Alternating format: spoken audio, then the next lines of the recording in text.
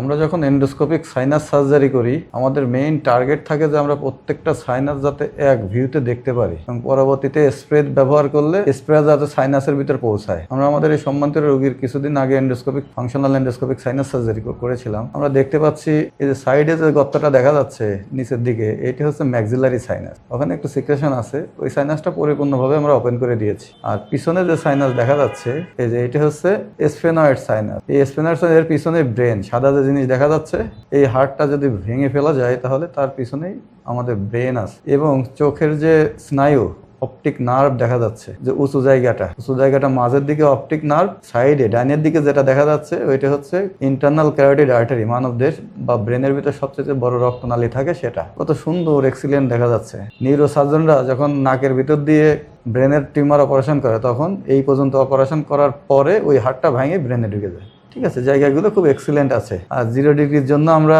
Frontal সাইনাসটা দেখতে পাচ্ছি না। বেসিক্যালি যে গোল যে জায়গা, ওই গোল জায়গার উপরেই ফ্রন্টাল সাইনাস আছে। আমরা তারপর ওই যে উপরের দিকে একটু ভিউ পাওয়া যায় আর কি। এটা খুব সুন্দর আছে। আমাদের রোগীর প্যান সাইনোসাইটিস ছিল, প্রত্যেকটা সাইনাসে ইনফেকশন ছিল। আমরা সব বের করে দিয়েছি, আজকে একটু সাকশন ক্লিয়ারেন্স করে দিলাম। ঠিক যদি আমরা অন্য নাক দেখি, তার এটা হচ্ছে ম্যাক্সিলারি সাইনাস। আমি যে আমার ক্যামেরা ম্যাক্সিলারি সাইনাসের ভিতর, এবং ওই যে পিছন দিকে ওই যে স্ফেনয়েড সাইনাস, এবং সাইনাসের ভিতর এখনো একটু পলিপয়েডাল সেন্স আছে। আমরা স্প্রে শুরু করতেছি, স্প্রে শুরু করলে এগুলো থাকবে না। তার মানে খুব সুন্দর আছে। মাথা ব্যথার যে সমস্যা, আশা করি মাথা ব্যথার সমস্যা যদি সাইনোসাইটিসের জন্য হয়ে থাকে তাহলে একবারে ভালো হয়ে যাবে। সাথে মাইগ্রেনাস কম্পোনেন্ট থাকলে, মাইগ্রেন যদি থাকে তাহলে ওইটার জন্য আমরা কিছু ওষুধ দিয়ে দেবো, সেটা ভালো হয়ে যাবে।